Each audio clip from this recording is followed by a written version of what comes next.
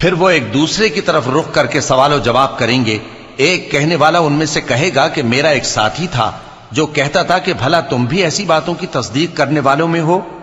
بھلا جب ہم مر گئے اور مٹی اور ہڈیاں ہو گئے تو کیا ہم کو بدلہ ملے گا؟ اللہ کہے گا کہ بھلا تم اسے جھانک کر دیکھنا چاہتے ہو؟ پھر وہ جھانکے گا تو اس کو بیچ دوزخ میں دیکھے گا، کہے گا کہ اللہ کی قسم تو مجھے بھی ہلاک کرنے لگا تھا، اور اگر میرے پروردگار کی مہربانی نہ ہوتی تو میں بھی ان میں ہوتا جو عذاب میں حاضر کیے گئے ہیں۔ تو کیا واقعی اب ہم مرنے والے نہیں؟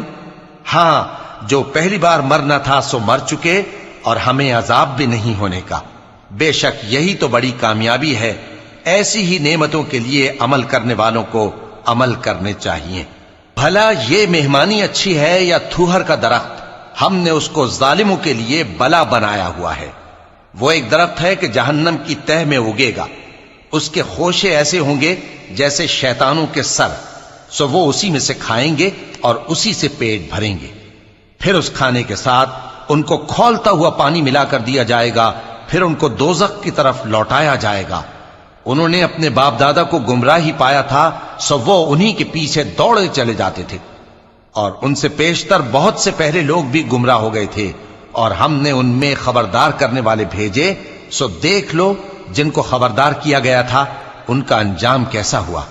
ہاں، اللہ کے چنے ہوئے بندوں کا انجام بہت اچھا ہوتا ہے۔